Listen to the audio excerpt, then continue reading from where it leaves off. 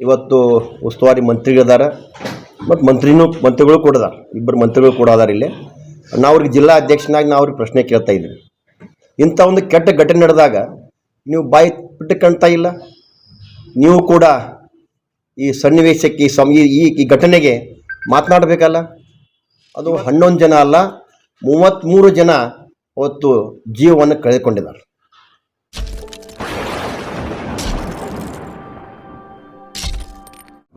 ಇವತ್ತಿನ ಪತ್ರಿಕಾಗೋಷ್ಠಿಯಲ್ಲಿ ಭಾಗಿಯಾದಂಥ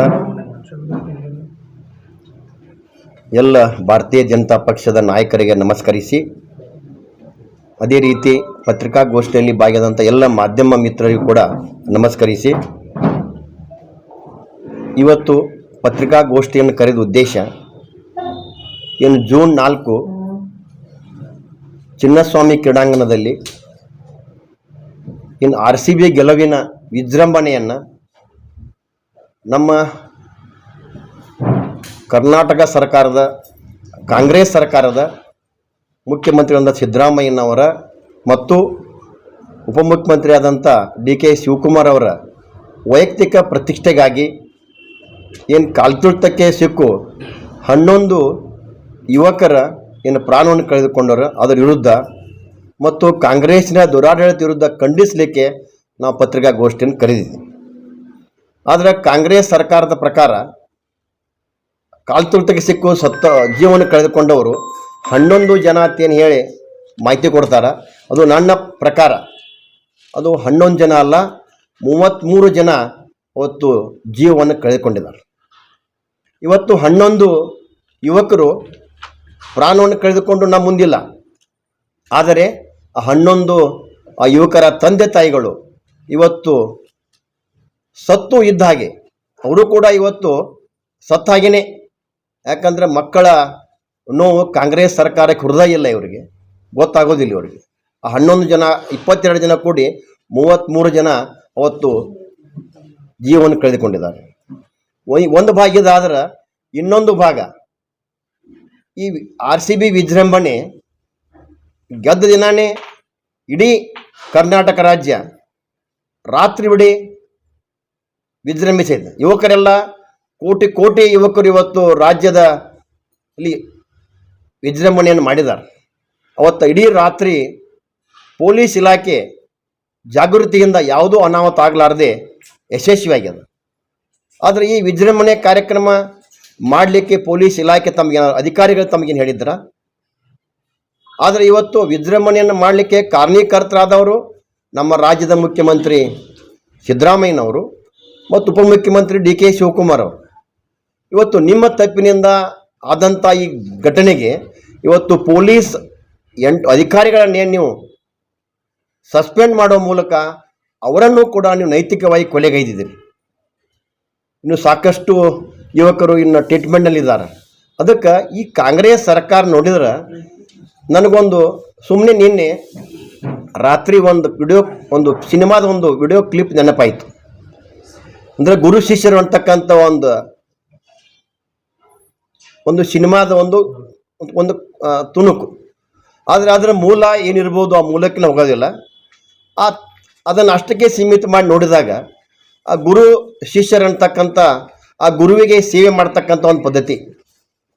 ಆ ಗುರುಗಳನ್ನು ಕಾಲುಗಳನ್ನ ಅದು ಬುದ್ಧಿಮಾಂದ್ಯ ಶಿಷ್ಯರು ಅವರು ಕಾಲನ್ನು ಹಂಚ್ಕೊಳ್ತಕ್ಕಂಥದ್ದು, ಅವ್ರ ಕಾಲು ಹೊಡಿತಕ್ಕಂಥದ್ದು, ಇದೆಲ್ಲ ನೋಡಿದಾಗ ಈ ಕಾಂಗ್ರೆಸ್ ಸರ್ಕಾರಕ್ಕೆ ಈ ವಿಡಿಯೋ ಕ್ಲಿಪ್ ಇದು ಮ್ಯಾಚ್ ಆಗ್ತದೆ ಅಂತಕ್ಕಂಥ ಉದ್ದೇಶ ಇಟ್ಕೊಂಡು, ಯಾಕಂದ್ರೆ ಕಾಂಗ್ರೆಸ್ ಸರ್ಕಾರ ಪರಿಸ್ಥಿತಿನೂ ಹಂಗದ. ಇವತ್ತು ಈ ಯಾವ ರೀತಿ ಈ ಕ್ಲಿಪ್ ತಮಗೆ ತೋರಿಸ್ತಾ ಇದ್ದೀನಿ, ಈ ಡಾಕ್ಟರ್ ಬಾಬಾ ಸಾಹೇಬ್ ಅಂಬೇಡ್ಕರ್ ಕೊಟ್ಟಂಥ ಸಂವಿಧಾನದಲ್ಲಿ ಏನದ, ಅಲ್ಲಿ ಸಂವಿಧಾನದಲ್ಲಿ ಭಾಳ ವಿಶೇಷವಾದಂಥದ್ದು ಅಂದ್ರೆ ಅಲ್ಲಿ ಮಾನವತೆ ಆಧಾರ ಮೇಲೆ ಸಂವಿಧಾನ ಇದೆ. ಅದು ಆ ಮಾನವತೆ ಆಧಾರ ಮೇಲೆ ಸಂವಿಧಾನ ಬರೆದಿದ್ದಾರೆ.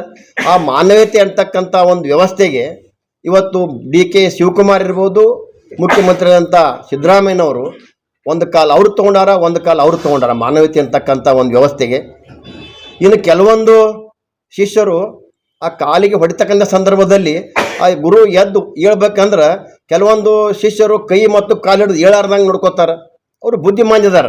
ಆದರೆ ಇವರಿಗೆ ನಾನು ಮುಖ್ಯಮಂತ್ರಿ ಆಗಬೇಕು, ನಾನು ಮುಖ್ಯಮಂತ್ರಿ ಕಂಟಿನ್ಯೂ ಆಗಬೇಕಂತಕ್ಕಂಥ ಈ ಇಬ್ಬರ ವೈಯಕ್ತಿಕ ಪ್ರತಿಷ್ಠೆಯಲ್ಲಿ ಇವತ್ತು ಮಾನವೀಯತೆ ಏನು ಅಂಬೇಡ್ಕರ್ ಬರೋಂಥ ಮಾನವೀಯತೆ ಇಲ್ಲಿ ರಾಜ್ಯದಲ್ಲಿ ಹಾಳಾಗ್ತಾ ಇದೆ.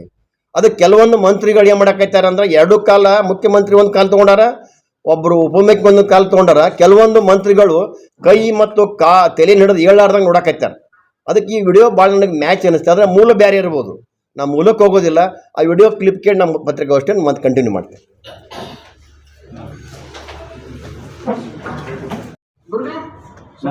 ಕೂಡ ಇವತ್ತು ಉಸ್ತುವಾರಿ ಮಂತ್ರಿಗಳಿದ್ದಾರೆ ಮತ್ತು ಮಂತ್ರಿಗಳು ಕೂಡ ಅದಾರ, ಇಬ್ಬರು ಮಂತ್ರಿಗಳು ಕೂಡ ಅದಾರ. ಇಲ್ಲಿ ನಾವು ಅವ್ರಿಗೆ ಜಿಲ್ಲಾ ಅಧ್ಯಕ್ಷನಾಗಿ ನಾವು ಅವ್ರಿಗೆ ಪ್ರಶ್ನೆ ಕೇಳ್ತಾ ಇದ್ದೀವಿ.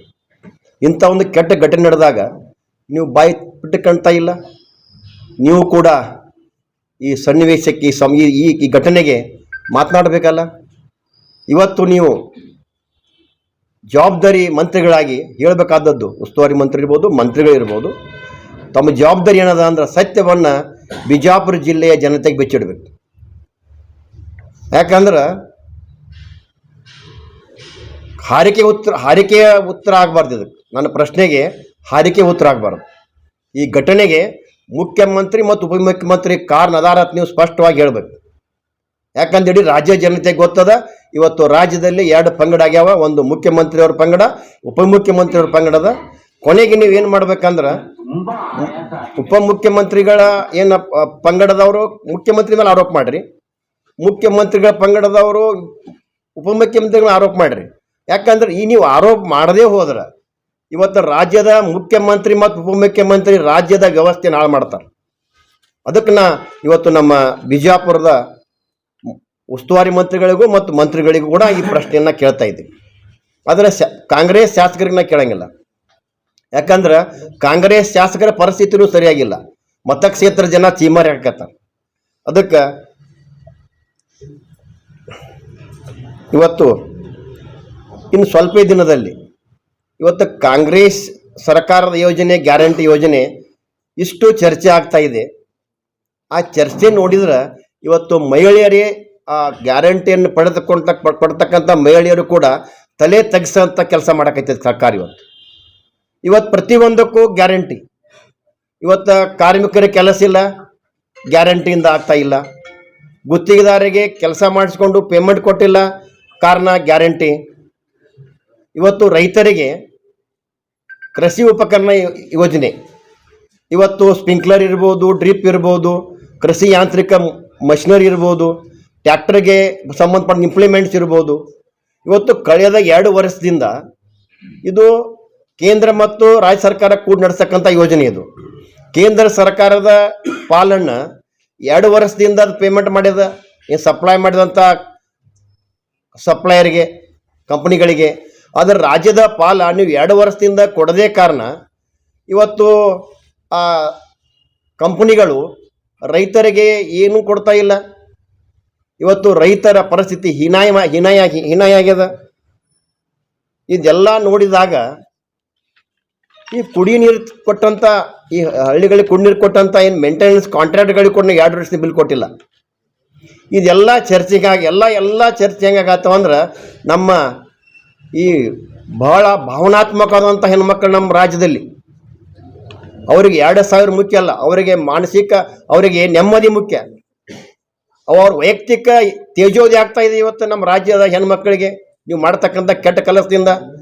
ಇಲ್ಲೇ ಪಕ್ಕದ ಮಹಾರಾಷ್ಟ್ರದಲ್ಲಿ ಅಲ್ಲಿ ಕೂಡ ಗ್ಯಾರಂಟಿ ಯೋಜನೆಗಳದಾವ.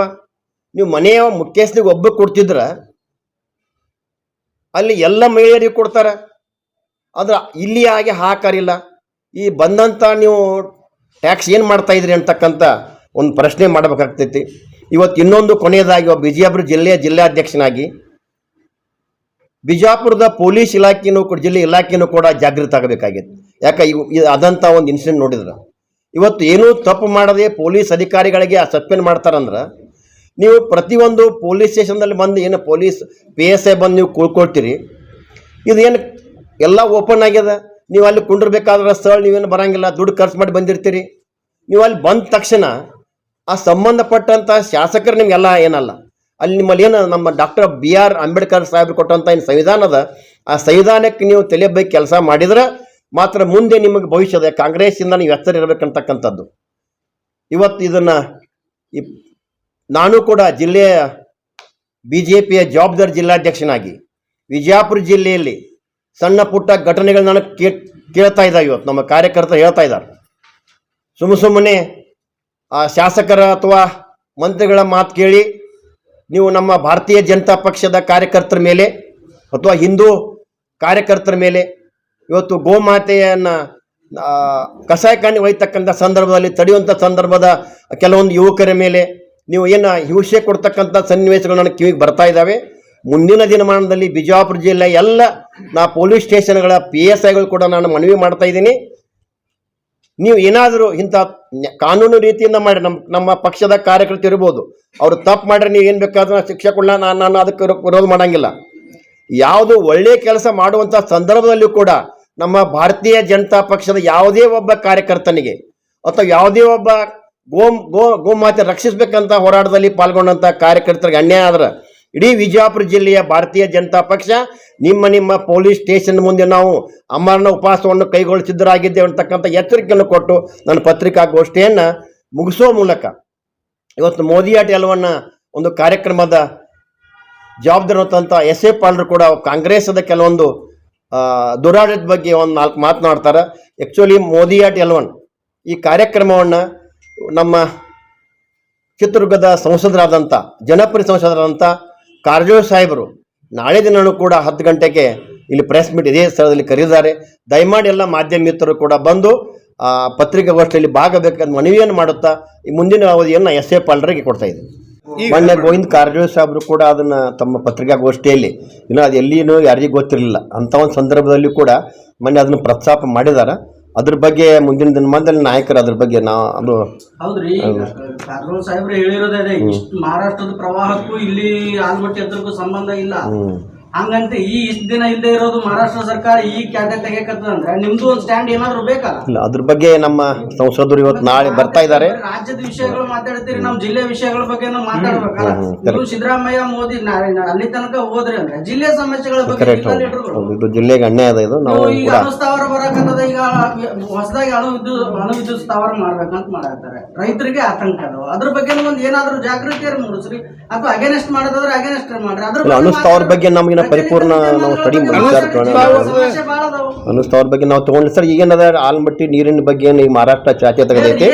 ಬಿಜಾಪುರ ಜಿಲ್ಲೆಯ ಒಬ್ಬರ ನಾವು ಕೂಡ ಒಂದೆಲ್ಲ ನಮ್ಮ ನಾಯಕರೆಲ್ಲ ಒಳಗೊಂಡು ಇದರ ಹೋರಾಟದ ರೂಪ ತಾವು ಕೊಟ್ಟಂಥ ಒಂದು ಸಲಹೆಯನ್ನು ನಾವು ಸ್ವೀಕಾರ ಮಾಡಿ ಎಲ್ಲ ನಾಯಕರನ್ನು ಒಳಗೊಂಡು ಇದಕ್ಕೆ ಸಂಬಂಧಪಟ್ಟಾಗ ಕಾನೂನು ರೀತಿಯಿಂದ ಅಥವಾ ಹೋರಾಟದ ಯಾವ ರೀತಿ ಇದಕ್ಕೆ ನಾವು ಮಾಡ್ಬೇಕಂತಕ್ಕಂಥದ್ದು ಮುಂದಿನ ದಿನ ಮಾಡಲಿ ಅದರ ರೂಪರೇಷೆಯನ್ನು ನಮ್ಮ ತಿಳಿಸ್ತಕ್ಕಂಥ ಪ್ರಯತ್ನ ಮಾಡ್ತೀವಿ. ಸರ್, ಒಂದು ಗಂಭೀರವಾದಂಥ ಆರೋಪವನ್ನು ಮಾಡಿದ್ದಾರೆ. ಆಗಲೇ RCB ನಲ್ಲಿ ಸಂಭ್ರಮಾಚರಣೆಗೆ 11 ಜನ ಸತ್ತಿಲ್ಲ, 30ಕ್ಕಿಂತ ಹೆಚ್ಚು ಜನ ಸತ್ತಿಲ್ಲ, 33 ಜನ ಅಂತ ಹೇಳಿದೆ ತಾವು ಹೇಳ್ತಾ ಇದ್ದಾರೆ. ಹಾಗಾದ್ರೆ ಜನ ಯಾಕೆ ಸುಮ್ಮನಿದ್ದಾರೆ ಸರ್? ಅವರು ಪೋಷಕರು ಯಾಕೆ ಧ್ವನಿ ಎತ್ತಾ ಇಲ್ಲ?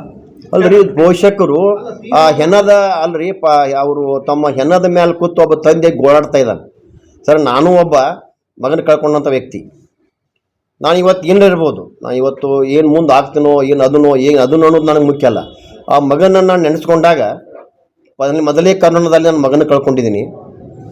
ನನಗೆ ಅನ್ನಿಸ್ತದ ನನಗೇನೆಲ್ಲ ಅದೇ ಇವತ್ತು ಅದು ನನಗೆ ದೇವ್ರಿಗೆ ನಾ ಬಿಡ್ಕೋತೀನಿ, ನಾನೊಬ್ಬನ ಭಿಕ್ಷಕನಾಗಿ ಮಾಡಬೇಕಾಗಿತ್ತು ಅಂತಕ್ಕಂಥ ಭಾವನೆ ಆ ಮಗನ ಕಳ್ಕೊಂಡಂಥ ತಂದೆಗೆ ತಾಯಿಗೆ ಇರ್ತದೆ ಅಂತಕ್ಕಂಥ ಆ ನೋವಿಂದ ನಾನು ಇವತ್ತು ಆ 30 ಜನರನ್ನು ನಾನು ಕನ್ಸಿಡರ್ ಮಾಡಿದೆ. ಯಾವ ತಂದೆ ಇವತ್ತು ನಮ್ಮ ಜಗತ್ತಿನಲ್ಲಿ ಮಕ್ಕಳನ್ನ ಕಳ್ಕೊಂಡಿರ್ತಾರ, ಆ ತಂದೆ ತಾಯಿಗಳ ಕಷ್ಟ ಯಾರು ಕಳ್ಕೊಂಡಿರ್ತ ಅವ್ರಿಗೆ ಅಷ್ಟೇ ಗೊತ್ತಿರ್ತೈತೆ. ಆ ನೋವು ಅದು ಇಂಥ ಒಂದು ಕೆಟ್ಟ ನೋವಿರ್ತೈತೆ ಅಂತಕ್ಕಂಥದ್ದನ್ನು ಅದನ್ನು ವರ್ಣನೆ ಮಾಡೋಕ್ಕಾಗಲಾರಂಥ ಒಂದು ಹೇಳಲಾರ್ದಂಥ ಒಂದು ಸನ್ನಿವೇಶ. ಅದು ಯಾವುದೇ ರಾಜ್ಯದಲ್ಲಾದ್ರೂ ತಂದೆ ಮಕ್ಕಳು ಕಳ್ಕೊಂಡಿರುವಂತ ನೋವು ತಂದೆ ತಾಯಿದು ಇದ್ದು ಸತ್ತಂಗೆ ನಾವು ಅನಿಸ್ತಕ್ಕಂಥ ಭಾವನೆಯನ್ನು ವ್ಯಕ್ತ ಮಾಡಿ. ಅದು ಯಾವುದೇ ಒಂದು ರಾಜ್ಯಕ್ಕೆ ಸೀಮಿತ ಇರುವುದಿಲ್ಲ. ಹೌದು, ಎಲ್ಲಾ ರಾಜ್ಯದಲ್ಲೂ ಎಲ್ಲೂ ತಂದೆ ಮಕ್ಕಳು ಕಳ್ಕೊಂಡು ಆ ನೋವು ಎಲ್ಲರಿಗೂ ಇದೆ. ಅದು ಉತ್ತರ ಪ್ರದೇಶ ಆಗಿರ್ಬೋದು, ತಮಿಳುನಾಡಲ್ಲಿ ಸತ್ತರ್ದು ಪೇರೆಂಟ್ಸ್ ಅದೇ ಗತಿ. ಅದರಲ್ಲಿ ಬಿಜೆಪಿ ಯಾರು ಮಾತಾಡ್ತಾ ಇರಲಿಲ್ಲ. ಬೆಲ್ಗಾಮ್ದಲ್ಲಿ ಗುಂಡಿಟ್ಟು ಸಾಯಿಸಿದ್ರು, ಅವ್ರದ್ದು ಸಿಂಧೂರ್ ಹೋಯ್ತು, ಅಲ್ಲಿ ನೀವು ಅದ್ರ ಬಗ್ಗೆ ಮಾತಾಡೋದಿಲ್ಲ. ಇಲ್ಲಿ ಇವ್ರು ರಿಸೈನ್ ಮಾಡ್ಬೇಕಾದ್ರೆ ಅವರು ರಿಸೈನ್ ಮಾಡ್ಬೇಕಲ್ಲ. ಎರಡು ಧೋರಣೆ ಯಾಕೆ ಬಿಜೆಪಿದು? ಇಲ್ಲಿ ನೀವು ರಿಸೈನೇಷನ್ ಕೇಳ್ತೀವಿ, ಸಿದ್ದರಾಮಯ್ಯ ಹೋಗಬೇಕು, DK ಶಿವಕುಮಾರ್ ಅವ್ರದ್ದು ರಿಸೈನ್ ಮಾಡ್ಬೇಕಂದ್ರೆ ಅಲ್ಲಿ ಉತ್ತರ ಪ್ರದೇಶ ಸರ್ಕಾರ ರಿಸೈನ್ ಮಾಡ್ಬೇಕಾಗಿತ್ತಲ್ಲ. ಅಲ್ಲ ಅಲ್ಲಿನೂ ಜನ ಸತ್ತಾರಲ್ಲ. ಹೌದು ನೀವು ಶವದ ಮೇಲೆ ರಾಜಕಾರಣ ಮಾಡಿಕೊಳ್ತಾ ಇದ್ದಾರೆ ಅನ್ನುವಂಥ ಗಂಭೀರ ಆರೋಪಗಳಿದ್ದಾವೆ ಸರ್. ಸರ್ ಅದು ಕಾಂಗ್ರೆಸ್ ಶವದ ಮೇಲೆ ರಾಜಕಾರಣ ಮಾಡಕತ್ತೈತೆ ಹೊರತು ಇವತ್ತು ಭಾರತೀಯ ಜನತಾ ಪಕ್ಷಕ್ಕೆ ಶವದ ಮೇಲೆ ರಾಜಕಾರಣ ಮಾಡಕ್ಕಂಥ ಅವಶ್ಯಕ ಇಲ್ಲ. ಈ ಸಿಂಧೂರ್ ಬಗ್ಗೆ ಕಾಶ್ಮೀರ ನಡೆದಂಥ ಏನು ಘಟನೆ ಅದ ಅದು ಪಾಕಿಸ್ತಾನ ಉಗ್ರಿತದಂಥ ಒಂದು ಸನ್ನಿವೇಶವನ್ನು ಕಾಶ್ಮೀರ ಎಷ್ಟು ಬದಲು ಇದಕ್ಕಿಂತಲೂ ಕೆಟ್ಟ ಘಟನೆಗಳಾಗ್ತಿದ್ದು. ಇವತ್ತು ಆ ಕಾಶ್ಮೀರದಲ್ಲಿ ಭಾಳಷ್ಟು ಶಾಂತಿ ನೆಲೆಸಿದ.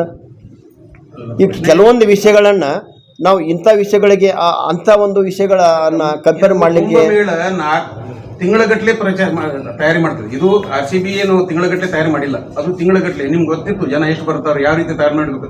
ಆದರೂ ಕೂಡ 37 ಜನ ಸತ್ತಾರ ಅಂತೇಳಿ ಸರ್ಕಾರದ ಅಂದ್ರೆ BBC ಕೂಡ 82 ಜನ ಸತ್ತಾರ ಅಂತೇಳಿ. ಅದರಲ್ಲಿ ಯಾರು ಡಿಸೈನ್ ಮಾಡಿಲ್ಲ. ಅಲ್ಲಿ ಉಪಮುಖ್ಯಮಂತ್ರಿ ಆಗಲಿ, ಮುಖ್ಯಮಂತ್ರಿ ಆಗಲಿ, ಹೋಮ್ ಮಿನಿಸ್ಟರ್ ಆಗಲಿ ಯಾರು ಡಿಸೈನ್ ಮಾಡಿಲ್ಲ. ಮತ್ತೆ ನಿಮ್ಗೆ ಪ್ರಶ್ನೆ ಜನ ಏನ್ ಕೇಳ್ತಾರೆ, ನಿಮ್ಗೆ ಏನ್ ನೈತಿಕತೆ ಸರ್? ಅದ್ರ ಬಗ್ಗೆ ನಾನು ಹೇಳ್ಬೇಕಂದ್ರೆ ಸರ್ ಅದ್ರ ಬಗ್ಗೆ ನೈತಿಕತೆ ಅದ್ರ ಬಗ್ಗೆ ನಾನು ಹೇಳ್ತೀನಿ. ಏನು ತಾವು ಹೇಳಿದ್ರಿ ಪ್ರಯಾಗರಾಜಲ್ಲಿ ನಡೆದಂಥ ಘಟನೆ, ಇದು ಉತ್ತರ ಪ್ರದೇಶದ ಮುಖ್ಯಮಂತ್ರಿಯಾಗಿ ಅದು ಆಯೋಜನೆ ಮಾಡಿದ್ದಲ್ಲ. ಅದು ಬಹಳ ಪುರಾತನ ಕಾಲದಿಂದ ಬಂದಂಥ ಒಂದು ವ್ಯವಸ್ಥೆ. ಅದು ಅವತ್ತಿನ ದಿನ 41 ವರ್ಷ ಆದ ನಂತರ ಅಲ್ಲಿ ಜನ ತಾನಾಗೆ ಬಂದು ಜಮಾಯಿಸ್ತಕ್ಕಂಥ ಒಂದು ಸನ್ನಿವೇಶ. ಆದರೆ ಇವರಾಗೆ ಆಯೋಜನೆ ಮಾಡಿದ್ದಲ್ಲ. ಆದ್ರೆ ಈ ಪ್ರಯಾಗರಾಜ್ ನಡೆದಂಥ ಏನು ಘಟನೆಗಳು ಇದು ಪ್ರತಿ ಹಿಂದಿನ ಹಿಸ್ಟ್ರಿ ತಗೊಂಡಾಗ ಅದು ಕಾಂಗ್ರೆಸ್ನಲ್ಲಿ ನಡೆದಿದೆ, BJP ನಡೆದಿದೆ. ಆದರೆ ಇದು ವ್ಯವಸ್ಥಿತವಾಗಿ ಮಾಡಿದಂಥ ಇವರು ಉತ್ತರ ಪ್ರದೇಶ ಮುಖ್ಯಮಂತ್ರಿನ ಈ ವ್ಯವಸ್ಥೆನ ಮಾಡಿದ್ದಲ್ಲ. ಇದು ಏನು ನಮ್ಮ ದೇಶ ಏನು ಅವಾಗ ಸ್ಟಾರ್ಟ್ ಆಗೈತಿ ಅವಾಗಿನಿಂದ ಪ್ರಾರಂಭ ಆದಂಥ ವ್ಯವಸ್ಥೆ ಇರೋದ್ರಿಂದ ಅಲ್ಲಿ ಬಂದಂಥ ಜನ 60 ಕೋಟಿ ಜನ, 65 ಕೋಟಿ ಜನ ಬಂದ್ರು ಅಂತ ಹೇಳಿ ಪ್ರಚಾರಕ್ಕೆ ಉತ್ತರ ಪ್ರದೇಶ ಸರ್ಕಾರ ತಗೊಟ್ಟಲ್ಲ. ನಮ್ಮ ಕಾಲದಲ್ಲಿ ಇಷ್ಟು ಜನ ಬಂತು, 65 ಕೋಟಿ ಜನ ಬಂತದ್ದು. ಪಬ್ಲಿಸಿಟಿ ತಗೊಳಕ್ಕೆ ಅವ್ರಿಗೆ ಕ್ರೆಡಿಟ್ ಬೇಕು. ಜನ ಸತ್ತ ಮೇಲೆ ಕ್ರೆಡಿಟ್, ಅದಕ್ಕೆ ಜವಾಬ್ದಾರಿ ಬೇಕಾಗಿಲ್ಲ. ಸರ್ ಒಂದು ಮಾತು ಹೇಳ್ತೀನಿ ನಾನು, ಹೆಂಗ್ ಒಂದು ಮಾತು ಹೇಳ್ತಾನೆ, ಪ್ರವಾಹ ಬರ್ತೈತಿ ಇವತ್ತು. ಅದು ಸರ್ಕಾರದ ಮಾಡಿದ್ದು. ಮಳೆ ಅಂತಕ್ಕಂಥದ್ದು ಬರ್ತಕ್ಕಂಥ ದಿನಮಲ್ಲಿ ಯಾವ ರೀತಿ ಒಮ್ಮೆ ಬರ್ತು ಗೊತ್ತಾಗಲ್ಲ. ಹೆಂಗೆ ಈ ಪ್ರವಾಹ ಬರ್ತೈತಿ, ಈ ಪ್ರವಾಹ ಬಂದಾಗ ಅದು ಬಂದಂಥ ಅದು ಕುಂಭಮೇಳ ಕೃಷ್ಣ ಇದು ಆಯೋಜನೆ ಮಾಡಿದ್ದಲ್ಲ. ಅದು ಯಾವುದು ಇದು RCB ಪ್ರಭಾವ ಅಲ್ಲ. ಇದು ಇವರೇ ಮುಖ್ಯಮಂತ್ರಿ ಮತ್ತು ಮುಖ್ಯಮಂತ್ರಿ ಮಾಡಿದ್ದು ಇಲ್ಲ ಸರ್. ಹಂಗಿಲ್ಲ ಸರ್. ನೀವು ತುಲನೆ ಮಾಡಿ ನೋಡ್ರಿ, ಕಂಪ್ಯಾರಿಸನ್ ಮಾಡಿ ನೋಡ್ರಿ. ಈ ಪ್ರಯಾಗರಾಜಲ್ಲಿ ಇರ್ತಕ್ಕಂಥದ್ದು ಅದು ಯಾವುದು ವ್ಯವಸ್ಥೆ ಮಾಡ್ತಕ್ಕಂಥದ್ದಲ್ಲ. ಬಹಳ ಪೂರ್ವ ಕಾಲದಿಂದ ಬಂದಂತ ವ್ಯವಸ್ಥೆ. ಅದು ಪ್ರವಾಹ ಬಂದಂಗೆ ಬರ್ತಿರ್ತೈತಿ. ಅದು ಅದರಲ್ಲಿ ಕೂಡ ಆಗಿದೆ. ಅದು ಆಗಬಾರ್ದಾಗಿತ್ತು. ಆ ಘಟನೆ ಕೂಡ ನಾನು ಖಂಡಿಸ್ತೀನಿ. ಆ ಘಟನೆಯನ್ನು ಕೂಡ ಖಂಡಿಸ್ತೀನಿ. ಜನ ಬರ್ತಾರೋ, ಜನಗೆ ಸೆಕ್ಯೂರಿಟಿ ಕೊಡೋದು ಜವಾಬ್ದಾರಿ ಸರ್ಕಾರದ ಹೋಯ್ತೋ ಇಲ್ಲೋ, ಅಥವಾ ಸರ್ಕಾರಕ್ಕೂ ನಮ್ಗೆ ಸಂಬಂಧ ಇಲ್ಲ ಅಂತ ಕೊಡ್ಬೇಕು. ನೀವು ಜನ ಬರ್ರಿ ಕೂಡ್ರಿ ಸಾಯ್ರಿ ನಮ್ಗೆ ಸಲಮತಿ ಮಾಡ್ತಾರೋ ಸರ್ಕಾರ ಜವಾಬ್ದಾರಿ. ಅಲ್ಲಿ ಟೆಂಟ್ ಹಿಡಿದು ಎಲ್ಲವೂ ಸರ್ಕಾರ ಮಾಡಿದ್ದು. VIP ಗಳಿಗೆ ಹೋಗುದು ಸರ್ಕಾರ ಮಾಡಿದ್ದು. ಸರ್ಕಾರ ಜವಾಬ್ದಾರಿ ತಗೊಂಡ್ಮೇಲೆ ಅಲ್ಲಿ ಸತ್ರು ಸರ್ಕಾರ ಜವಾಬ್ದಾರಿ, ಜನಗೆ ಸಕ್ಸಸ್ಫುಲ್ ಆಯ್ತು. ನೋಡ್ರಿ, ಆ ಸತ್ತದ ಬಗ್ಗೆ ನಾನು ಕೂಡ ಖಂಡಿಸ್ತೀನಿ. ಅದು ಒಂದು ಭಾಗ. ಆದ್ರೆ ಅಲ್ಲಿ ಮಾಡಿದಂಥ ವ್ಯವಸ್ಥೆ ಇವತ್ತು ಇಡೀ ಜಗತ್ತೇ ಮಾತನಾಡ್ತೈತಿ. ಅದಕ್ಕೆ ಹೆಚ್ಚಿನ ವಿಷಯವನ್ನು ನಾಳೆ ನಮ್ಮ ಕಾರಜೋಳ ಸಾಹೇಬರು ತಗೋತಾರ. ಯಾಕಂದ್ರೆ ನಮ್ಗಿಂತ ಹೆಚ್ಚು ಅನುಭವ ಇರೋದ್ರಿಂದ ತಮ್ಮ ಇನ್ನಷ್ಟು ಏನು ಗೊಂದಲಗಳು ನಮ್ಮ ಲೆವೆಲ್ದಾಗ ಇದ್ದು ಅಂದ್ರೆ ಅವನು ಕ್ಲಿಯರ್ ಮಾಡ್ತಾರೆ. ಜಿಲ್ಲೆಯ ಸಮಸ್ಯೆಗಳು ಸಾಕಷ್ಟು ಅದಾವ. ಇಲ್ಲಿ ಸರ್ಕಾರದ ಕಾಂಗ್ರೆಸ್ ಸರ್ಕಾರದ ಶಾಸಕರಾದರೆ, ಸಚಿವರಿದ್ದಾರೆ. ಇಲ್ಲಿನೂ ವೈಫಲ್ಯಗಳದಾವ. ಇದೇನು ರಾಮರಾಜ್ಯ ಅಂತೀರಿ? ಇಲ್ಲ, ರಾಮರಾಜ್ ಇಲ್ಲ ಸರ್. ನಾ ಕರೆದಂಥ ಪತ್ರಿಕಾಗೋಷ್ಠಿ ಇಲ್ಲ ಸರ್. ನಾ ಪತ್ರಿಕಾಗೋಷ್ಠಿ ಕರೆದದ್ದು ಇವತ್ತು ಒಂದೇ ಪತ್ರಿಕಾಗೋಷ್ಠಿ ಅಲ್ಲ. ಪ್ರತಿಯೊಂದು ಬಿಜಾಪುರದಲ್ಲಾದಂಥ ಅನ್ಯಾಯ ವಿರುದ್ಧ ನಾನು ಪತ್ರಿಕಾಗೋಷ್ಠಿ ಪತ್ರಿಕಾಗೋಷ್ಠಿ ಕರೆದಿದ್ದೀನಿ. ತಾವು ಕೂಡ ಒಳ್ಳೆ ರೀತಿಯಿಂದ ನಾ ಮಾಡಿದಂಥ ವಿಷಯಗಳನ್ನ ಪತ್ರಿಕಾಗಳಲ್ಲಿ ಹಾಕುವ ಮೂಲಕ ಜಾಗೃತ ಮಾಡ್ತಕ್ಕ ಕೆಲಸ ತಾವು ಮಾಡಿದ್ರಿ. ಸೀಮಿತ ಆಗಬಾರ್ದು, ಅದಕ್ಕೆ ಏನಾದ್ರೂ ಒಂದು ತಾರ್ಕಿಕ ಅಂತ್ಯ ಕೊಯ್ಯಕ್ಕೆ ಪ್ರಯತ್ನಿಸಬೇಕು. ಇಲ್ಲ, ನೀವು ನಾನೊಂದು ಅವ್ರ ಆಡಳಿತ ಪಕ್ಷದ ಮೇಲೆ ಎಷ್ಟು ನಿರೀಕ್ಷೆಗಳದಾವ, ಪ್ರತಿಪಕ್ಷದ ಮೇಲೆ ಹೌದು, ಕರೆಕ್ಟ್ ಸರ್, ಕರೆಕ್ಟ್. ವೈಫಲ್ಯಗಳು ಮಾಡ್ತಾರೆ. ಅವ್ರ ಧ್ವನಿಯಾಗಿ, ಜನರ ಧ್ವನಿಯಾಗಿ ಪ್ರತಿಪಕ್ಷಗಳ ಕರ್ತವ್ಯ ಇರ್ತದೆ. ಸರ್, ಬಿಜಾಪುರ ಹೋರಾಟ ಮಾಡಿದ್ರಿ, ತೊಗರಿ ಪರಿಹಾರ ಇನ್ನ ಬಂದಿಲ್ಲ, ನೀವು ಅಟ್ಟಕ್ಕೆ ಬಿಟ್ಬಿಡ್ರಿ. 2 ದಿನ ಲೋಕಾಯುಕ್ತಕ್ಕೆ ಏನು ಮನವಿ ಕೊಟ್ರಿ, ದೂರ ಸಲ್ಲಿಸಿದ್ರಿ, ಆಮ್ಯಾಗ ಅದ್ರ ಬಗ್ಗೆ ಮಾತಾಡ್ತಾ ಇಲ್ಲ. ಹೊಳೆ ತೊಗರಿ ಬಿತ್ತಾಕತ್ತಾರ ರೈತರು. ಜನೌಷಧಿ ಕೇಂದ್ರ ಹೋರಾಟ ಮಾಡ್ತಾರೆ, ಅದು ಅಲ್ಲಿಗೆ ನಿಂತ್ಬಿಡ್ತದೆ ಸರ್. ಸಾಂಕೇತಿಕ ಹೋರಾಟಗಳಾಗ್ತಾ ಇದೆ. ಹೌದು ಸರ್. ಏನದ ಕಾಂಗ್ರೆಸ್ ಇಟ್ಟು ಬಂಡ ಸರ್ಕಾರದ ಸರ್ ಇದು ಪೂರಾ ಅದಿಷ್ಟು ಬಂಡದ ಅಂದ್ರೆ ಇದು ಬಂಡ ಸರ್ಕಾರ. ಕಲ್ಲು ಮುಂದೆ ನಾವು ಒದರಿದಂಗೆ ಆಗತ್ತೆ. ನಮಗೂ ಅದ ನಮಗೂ ನೋಡ್ದ ಆದ್ರೆ ಮಣ್ಣಿ ದಿನ ಒಂದು ನಾವು ಹೋರಾಟ ಕೈಗೆತ್ಕೊಂಡ್ರು ಅಟ್ ಮುಗಿಲಾರ್ದಂತ ಖಗಾಣಗಳು ಅಂತ ಸರ್ ಇನ್ನೊಂದು ತಮಗೆ ದಂಡ ಅದನ್ನೇ ತಾರ್ತಿಕ ಅಂತ ಹೋಗೋದೇ ಆಗೋಲಾಗ್ಯದ ಮತ್ತೊಂದ್ ಮರುದಿವ್ಸ ನಾಳೆ ಮತ್ತೊಂದ್ ಎದ್ದಿರ್ತದ ಅಲ್ಲ ಮಾಡ್ಲೇಬೇಕು ಜನ ನಿಮ್ಗೂ ಓಟ್ ಹಾಕ್ಯಾರಲ್ಲ ಈಗ ಅವ್ರಿಗೆ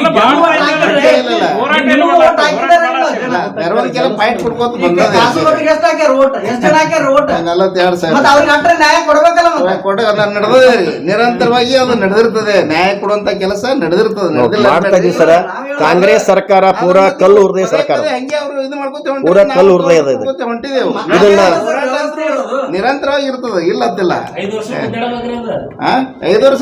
ನಿರಂತರವಾಗಿ ಇರೋದೇ ಈಗ ಎಷ್ಟು ರಸ್ತೆಗಳು ಹಾಳಾಗಿದಾವ ಬಿಜಾಪುರ ಜಿಲ್ಲೆಯಲ್ಲಿ ಮೊಳಕಾಲು ರಸ್ತೆಗಳು ಹಾಳಾಗಿಲ್ಲ ರಸ್ತೆಗಳು ಹಾಳಾಗಿಲ್ಲ ನಾವು ಸರ್ಕಾರ ಇದ್ದಾಗ ಏನ್ ಮಾಡ್ಯಾವ ಅವೇ ರಸ್ತೆಗಳು ಅದಾವ ಅದ್ರ ಮೇಲೆ ಒಂದ್ ಕಡಿನೂ ಹಾಕಿಲ್ಲ ಅಲ್ಲ ಅಂತದ ನೀವು ಸ್ವಲ್ಪ ಮತಕ್ಷೇತ್ರ ತಿರುಗಾಡಿ ನೋಡಿ ಬರ್ರಿ ಅಂದಿರ ಯಾವ ಪರಿಸ್ಥಿತಿ ಆಗತ್ತ ನೀವು ಅಂದಿರ ನೋಡ್ರಿ ಮೆಡಿಯಾದವರು ಇಲ್ಲ ನಾವು ನೋಡ್ರಿ ಇವತ್ತ ಬಿಜಾಪುರದ ಮೀಡಿಯಾ ಬಗ್ಗೆ ನಿಮ್ಮ ಕರ್ತವ್ಯ ಸರ್ ಬಿಜಾಪುರ ಮೀಡಿಯಾ ಬಗ್ಗೆ ನಮ್ಗೆ ಬಹಳಷ್ಟು ಗೌರವ ಇದೆ ಯಾಕಂದ್ರೆ ನಾ ಸಾಕಷ್ಟು ವಿಷಯಗಳ ಮೊದಲು ಬಿಜಾಪುರ ಜಿಲ್ಲೆ ಸಂಬಂಧಪಟ್ಟಂಥ ವಿಷಯಗಳನ್ನು ನಾನು ಚರ್ಚೆ ಮಾಡಿದಾಗ ತಾವು ಕೇಳಿದಂಥ ಪ್ರಶ್ನೆಗಳು ಇವತ್ತು ಜಲಜೀವನ್ ಮಿಷನ್ದಲ್ಲಿರ್ತಕ್ಕಂಥ ನನ್ನ ಚರ್ಚೆ ಆಯ್ತು ಮತ್ತು ಕಳೆದ ಮೀಟಿಂಗ್ನಲ್ಲಿ ನೀವು ಕೇಳಿದಂಥ ಪ್ರಶ್ನೆ ನನಗೆ ಇಲ್ಲಿ ಕುರ್ಚಿ ಮೇಲೆ ಕುಂಡಿಸಿಲ್ಲ ಅಥವಾ ನೀವು ಪ್ರಶ್ನೆ ಕೇಳದೇ ಹೋದರೆ ನಾನು ಅವತ್ತು ಮಾತನಾಡಿ ಹೋಗ್ಬೋದಾಗಿತ್ತು ಅದು ತಾವೆಲ್ಲ ಅವತ್ತೇನು ತಾವು ಕೂಡ ಪ್ರಶ್ನೆ ಕೇಳಿದರೆ ಅವತ್ತು ಆ ಪ್ರಶ್ನೆಗೆ ನಾನು ನಿರಂತರ ಇಲಾಖೆಗಳಿಗೆ ಭೇಟಿಯಾಗಿ ನಾವು ವಾರ್ನಿಂಗ್ ಮಾಡ್ತಕ್ಕಂಥ ಕೆಲಸ ಗುತ್ತಿಗೆದಾರನ್ನ ಕೂಡಿಸಿ ನೀವು ಅಟ್ಲೀಸ್ಟ್ ಈಗ ಹೆಂಗಾಗ್ಯದ ಅಂತ ಪರಿಸ್ಥಿತಿ ಪರ್ಸೆಂಟೇಜ್ ಕಡಿಮೆ ಮಾಡದೇ ಹೋದರೆ ಬಿಜಾಪುರದ ಕಾಮಗಾರಿಗಳು ಸರಿ ಆಗೋದು ಅಂತಕ್ಕಂಥ ಮನವಿಯನ್ನು ಕೂಡ ಸಂಬಂಧಪಟ್ಟ ಇಲಾಖೆಯ ಅಧಿಕಾರಿಗಳಿಗೆ ನಾನು ಸೂಚನೆ ಕೊಟ್ಟು ಬಂದಿದ್ದೀನಿ ಇವತ್ತು ಆ ಬರೋ ದಿನಮಾನದಲ್ಲಿ ಅವ್ರಿಗೆ ನಾವು ಎಚ್ಚರಿಕೆ ಕೊಟ್ಟಿದ್ದೀನಿ ಬರೋ ದಿನಮಾನದಲ್ಲಿ ಗುತ್ತಿಗೆ ಈಗ ಹೆಂಗಂದ್ರೆ ಪರ್ಸೆಂಟೇಜ್ ಅನ್ನೋದು ಮೊದಲೊಂದು ಕಾಲಿತ್ತು ಅದು ಮುಚ್ಚಿ ನಡೀತಕ್ಕಂಥದ್ದಿತ್ತು ಇವತ್ತು ಓಪನ್ ಆ ಚೇಂಬರ್ದಲ್ಲಿ ಕೂತು ಅಧಿಕಾರಿಗಳು ಓಪನ್ ಆಗೇ ಮಾತಾಡ್ತಕ್ಕಂಥ ಸನ್ನಿವೇಶ ಕ್ರಿಯೇಟ್ ಆಗಿಬಿಟ್ಟೈತಿ ಇವತ್ತು ಅದಕ್ಕಾಗಿ ನಾನು ತಮ್ಮ ಪ್ರಶ್ನೆಗಳಿಗೆ ನಾನು ನಿಜವಾಗಿ ನಾನು ಹುದರಿಂದ ಮಾತಾಡಕತ್ತೀನಿ ಅವತ್ತು ನೀವು ಪ್ರಶ್ನೆ ಕೇಳದೇ ಹೋಗಿದ್ರಂದ್ರೆ ನಾ ಪ್ರಶ್ನೆಗಳನ್ನು ಕೇಳದೆ ಹೋಗಿದ್ರೆ ನಾನು ಅವತ್ತು ಪ್ರೆಸ್ ಮೀಟ್ ಮಾಡಿ ನಾನು ಮನೆಗೆ ಹೋಗ್ತೀನಿ ನನಗೆ ಗೊತ್ತಿಲ್ಲ ನಾನು ಪ್ರತಿ ಇಲಾಖೆ ಕೂಡ ಭೇಟಿಯಾಗಿ ಬಂದಿದ್ದೀನಿ ಆ ವಿಷಯ ಬಗ್ಗೆ ಚರ್ಚೆ ಮಾಡಿದ್ದೀನಿ ಇನ್ನು ಸ್ವಲ್ಪ ದಿವಸದಲ್ಲಿ ಅದರಲ್ಲಿ ಬದಲಾವಣೆ ಕಾಣಬೇಕಂತಕ್ಕಂಥ ಆಸೆ ನನಗದ जुड़े रहिएगा आपके अपने चैनल बीजापुर समय के साथ।